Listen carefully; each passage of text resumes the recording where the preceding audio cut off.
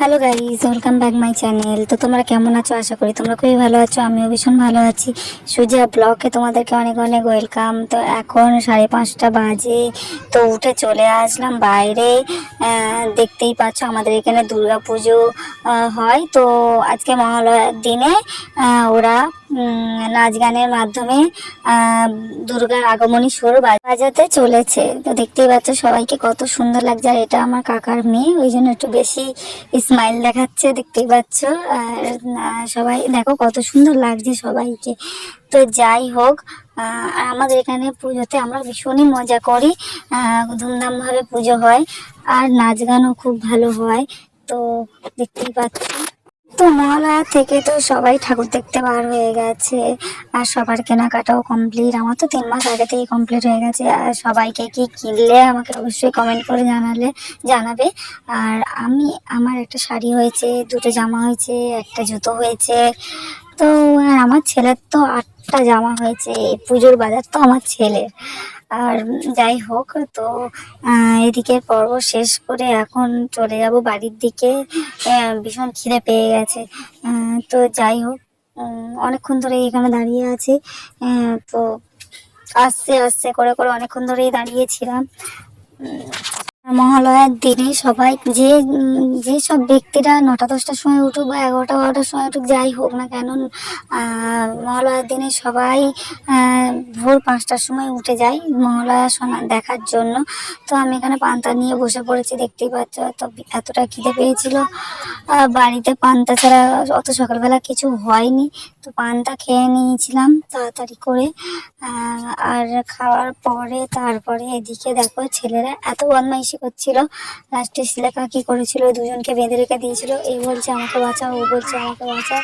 তো আর ভীষণ ভালো লাগে ওদের কথা, ওদের আধো আধো কথাগুলো এত সুন্দর লাগে, বলার মতো না। আমাকে বাঁচাও, আমাকে বাঁচাও বলছে যখন, তখন এত ভালো লাগছে। আরও শোনার জন্য আরও মানে ভাল লাগছিল। যাই হোক, আর দেখো ওদের মুখগুলো দেখো, কি করুণ অবস্থা। দুজনকে বেঁধে রেখেছে, বাঁধলে ওদের এত করুণ অবস্থা বলার মতো না। মুখটা দেখতেই পাচ্ছ। আর এত বদমাইশি করতে না বেঁধেও মানে শান্তি নেই। দুজন খুব মারপিটও করে। আর মানে কামড়ে কামড়ে তো আমার ছেলে তো ওকে আর রাখছে না। তো দুজনে খুবই বদমাইশি করছে। কাটা গায়ে নুনের ছিটা, ওর মামিও তাই ওর সাথে ওরকম করছে। দেখো ও বলছে আমাকে খুলে দাও, আর ও বলছে আমার কাছে আয়। আমি দিতে পারছি না, আমি দিতে পারছি না, আমি হাত ধরতে পারছি না। এসো এসো, আমি হাত ধরতে পারছি না, আমি হাত ধরতে পারছি না। এসো, হাত ধরতে পারছি না, আসো।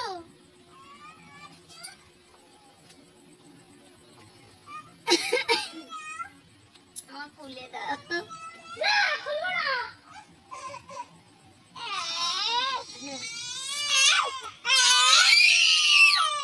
আরে তুই গেলি কেন বল? এই মারা থাকবে, মারা থাকবে।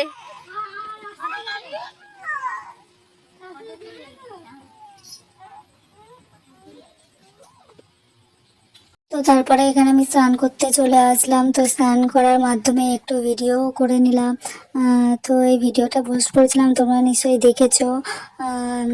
তো তারপরে স্নান করতে করতে ভিডিও করার মজাই আলাদা। এদিকে ভিডিও হচ্ছে আর এদিকে আমার স্নানও হচ্ছে। তো যাই হোক, আর পুকুরে খেলতে আমার খুবই ভালো লাগে। আর পুকুরে আগে ছোটবেলায় ভীষণ ঘুরতাম। মা ভীষণ বকতো আর লাঠি নিয়ে যেত মারার জন্য। আর আমি ডুব মেরে মেরে ঘুরে ঘুরে বেড়াতাম পুকুরের ভিতরে।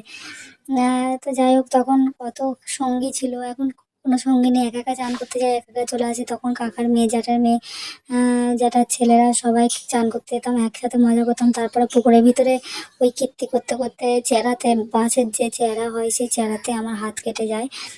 তো দেখতেই পাচ্ছ, দুটো আঙুলে কেটে গেছে। আর রক্ত গোল গোল করে পড়ছিল। তো দেখো, দু সাইডে কেটে গিয়েছে।